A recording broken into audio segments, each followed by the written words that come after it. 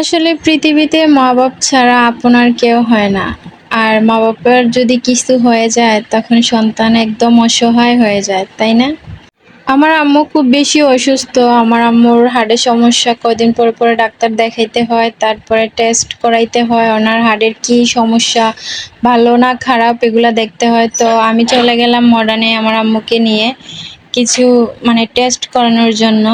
আমাদের বাসার কাছ থেকে একটু দূরে, তার জন্য হেঁটেই আসছিলাম আর গাড়ি নিয়ে আসি নাই। এখানে রাস্তাটাও ভাঙ্গা ছিল আর গাড়ি যাইতেছিল না। তো আমার আম্মু হাঁটতে, হাঁটতে খুব বেশি ক্লান্ত হয়ে গেছে। তো আমাকে বলতেছে যে, "আমি আর হাঁটতে পারতেছি না।" আমি বললাম, "উপরে যেতে হবে না, আমরা নিচেই ৪ টা টেস্ট করাইতে হবে।" ৪ টাই নিচে দিয়ে দিছে। তো আমি আর আমার আম্মু এখানে অনেকক্ষণ বসেছিলাম রিপোর্ট দেওয়ার জন্য। প্রায় রিপোর্টগুলা দিছে।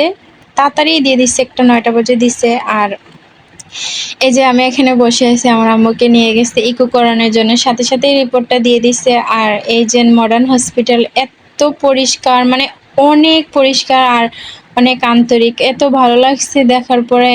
তারপরে এখানে আমার একটা ভাগ্নি ছিল জব করে। তারপরে এখানে আমাদেরকে নাস্তা দিতেছে খাওয়ার জন্য। আর বাসায় এসে দেখি যে ভাইয়া কতগুলো চাদর নিয়ে আসছে। ভাবি বলতেছে যে, "না, আমার বাসায় তো চাদর নাই, তুমি আমাকে চাদর এনে দাও।" ভাবি কয়েকদিন ধরে ভাইয়াকে বিরক্ত করতেছিল। তো ভাইয়া ঢাকা থেকে প্রায় অনেকগুলো চাদর নিয়ে আসছে। তো আমি এখানে বলতেছি যে আজকে চাদরের বিজনেস করব এখন থেকে। তো ভাবিও হাসতেছে, কয়, "হ্যাঁ, তুমি চাদরের বিজনেস করবা।" আমি বললাম, "সবগুলা চাদর কিনবেন, চাদর কিনবেন।" সবাই মিলে অনেক হাসাহাসি করতেছিল। অনেক ভালো লাগে বাসায় যখন আমি দুষ্টামি করি।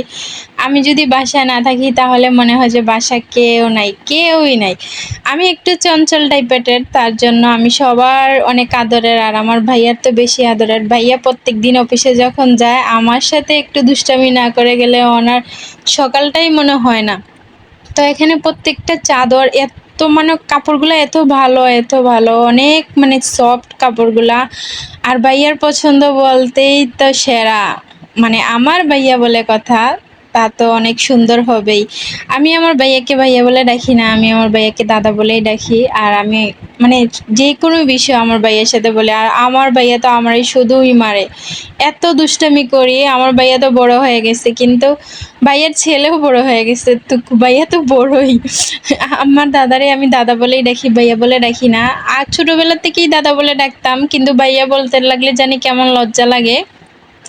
এখানে যতগুলা চাদর দেখতেছেন প্রত্যেকটা চাদর আমার ভাইয়ের পছন্দ। ভিডিওটা যদি ভালো লাগে তাহলে অবশ্যই লাইক, কমেন্ট এবং শেয়ার করে পাশে থাকবেন। আমাকে একটু সাপোর্ট করবেন প্লিজ। আপনারা সবাই যদি একটু সাপোর্ট করেন তাহলে আমি অনেক দূর যেতে পারবো।